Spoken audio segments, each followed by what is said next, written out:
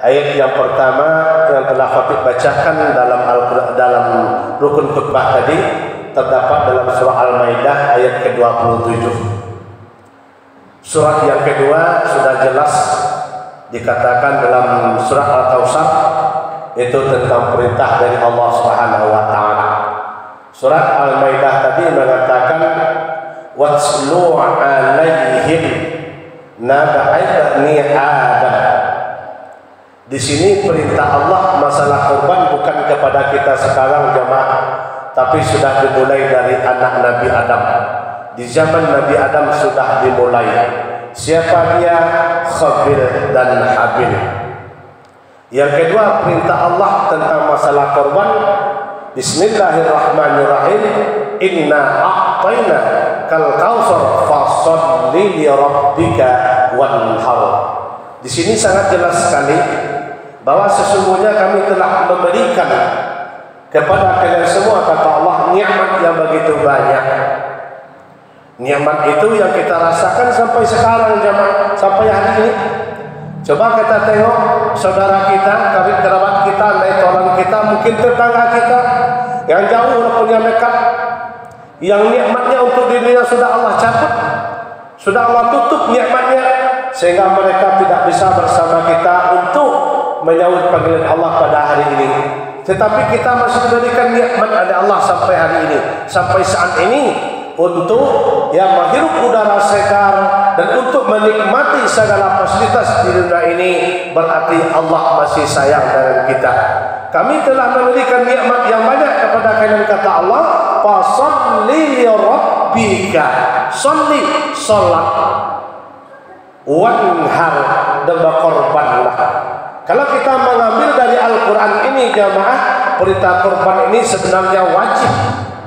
Kalau mazhab Imam Ahmad itu kata beliau, korban ini wajib. Tetapi kalau menurut mazhab Syafi'i, korban adalah sunnah mu'aqadah atau sunnah mu'akkad. Kalau sini jamaah Jumat rahimahullah dan dirahmati oleh Allah Subhanahu wa taala.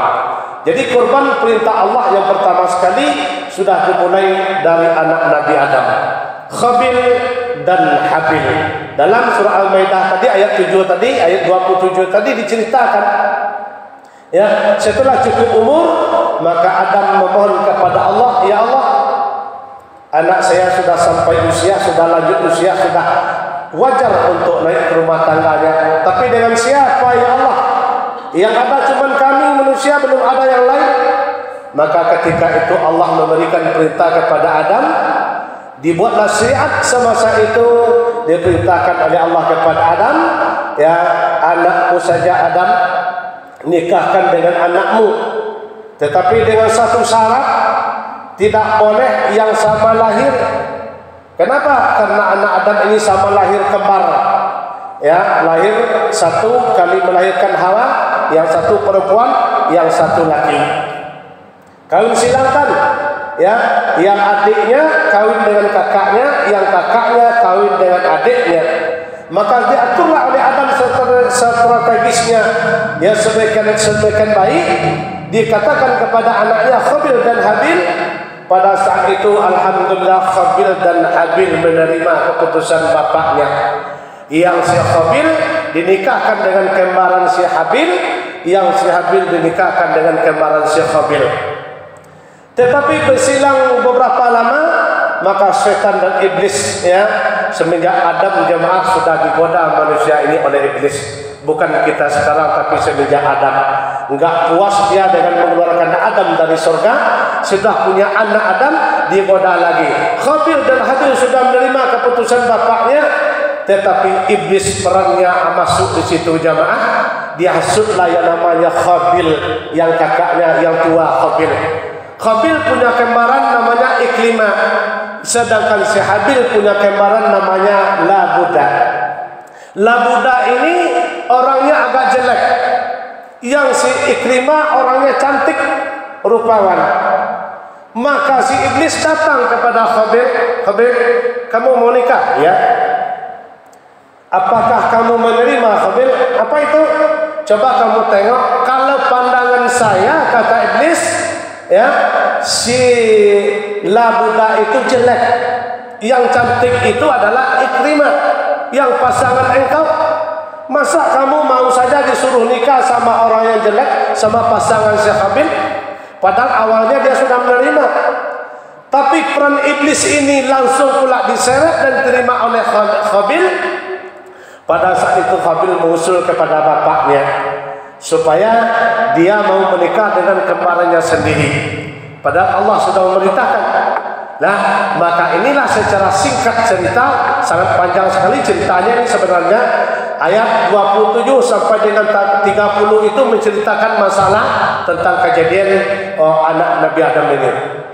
Setelah mau dinikahkan dia menolak, maka marahlah si Khabil, maka menolaklah si Khabil, maka diperintahkan oleh Allah Subhanahu wa taala, "Hai Adam, kalau memang demikian terjadinya, maka perintahkanlah anakmu yang berdua itu untuk menyembahkan korban kepada saya."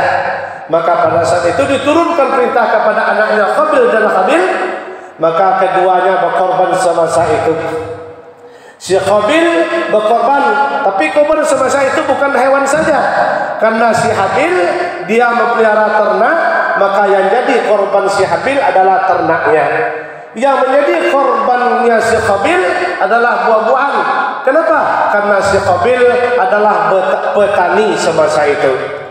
Tetapi sayang, maka dikatakan dalam Al-Quran, ya, qala innama yataqabbalul minal muttaqin, bahwa sesungguhnya sebenarnya Allah itu adalah menerima korban orang yang bertakwa kepada Allah.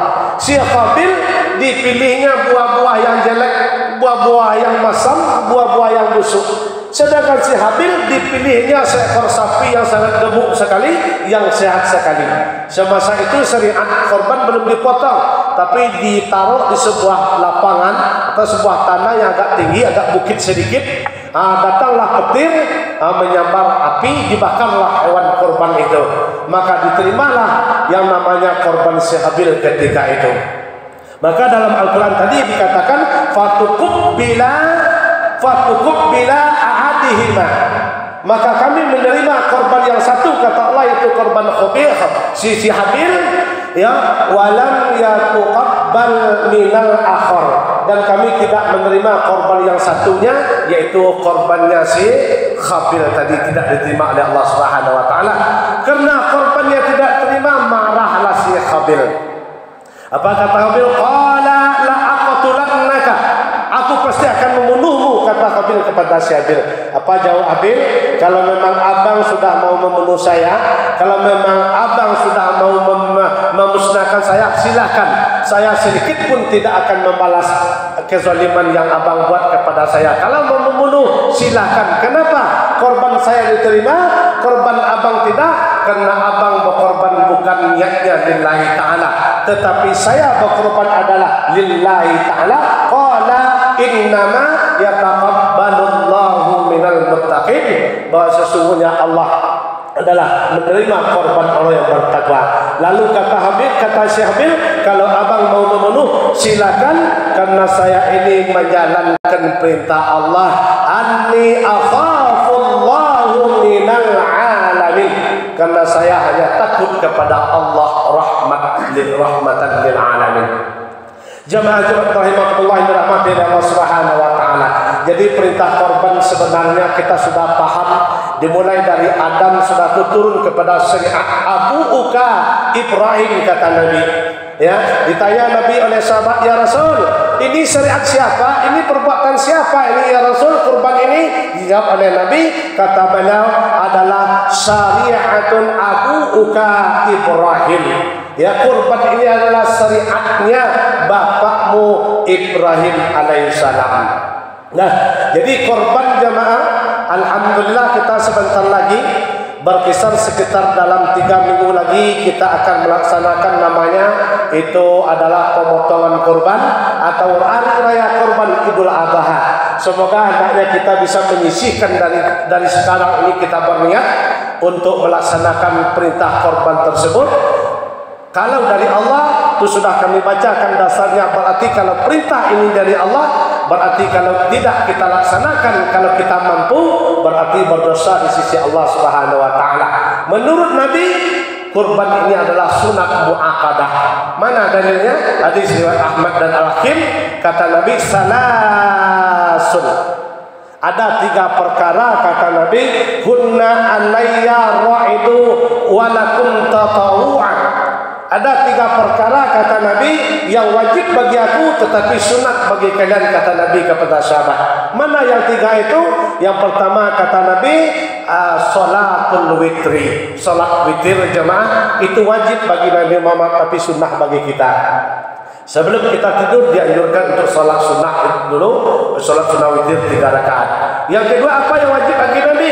Yang kedua adalah salatul duha, yaitu salat duha. Salat duha wajib bagi Nabi Muhammad tapi sunnah bagi kita. Yang ketiga wan nahri, kurban kata Nabi wajib bagi saya dan keluarga saya dan sunnah bagi kalian. Tetapi hukum sunnahnya adalah sunnah muakkadah.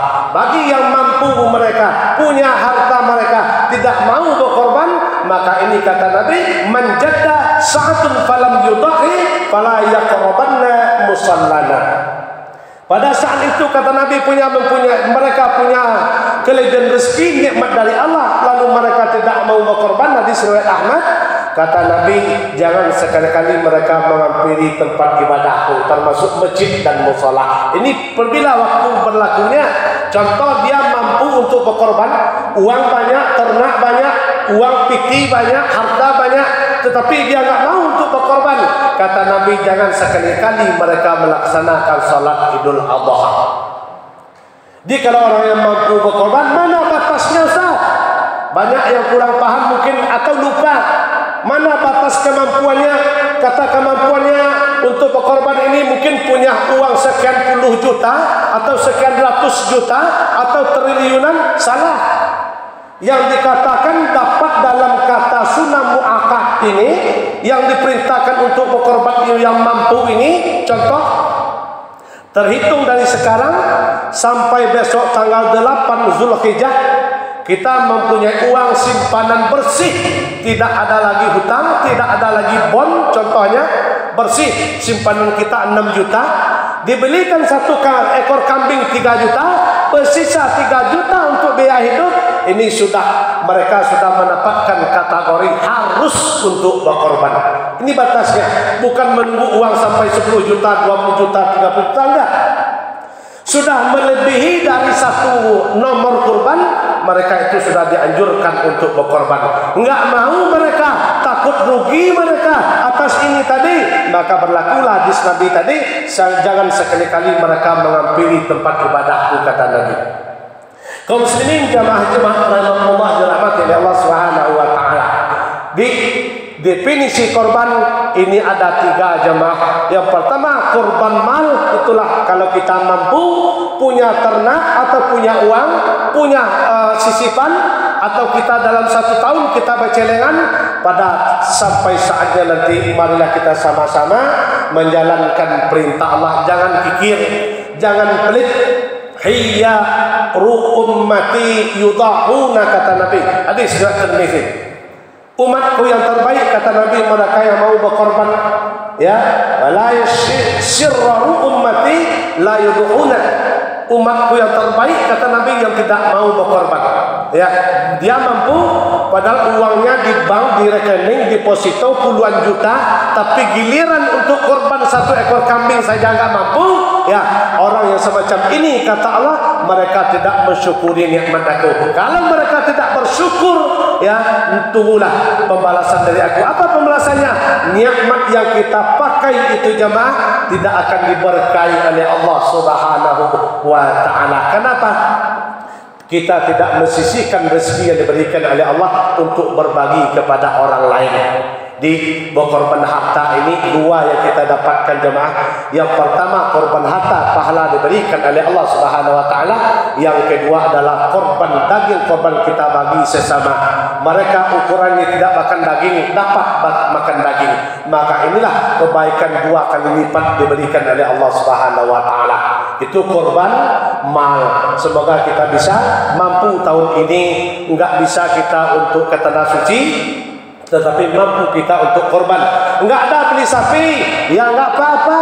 Enggak cukup beli kerbau, enggak apa-apa. Cukup beli kambing untuk 1 ekor dalam keluarga saja boleh. Kita 10 orang satu keluarga, anak, cucu ada di rumah itu, laki, perempuan ada di rumah itu, pun ada 7 orang, 8 orang, punya uang cuma 1 untuk beli kambing, potong kambing itu sudah bisa dipakai untuk akikah kita 1 keluarga.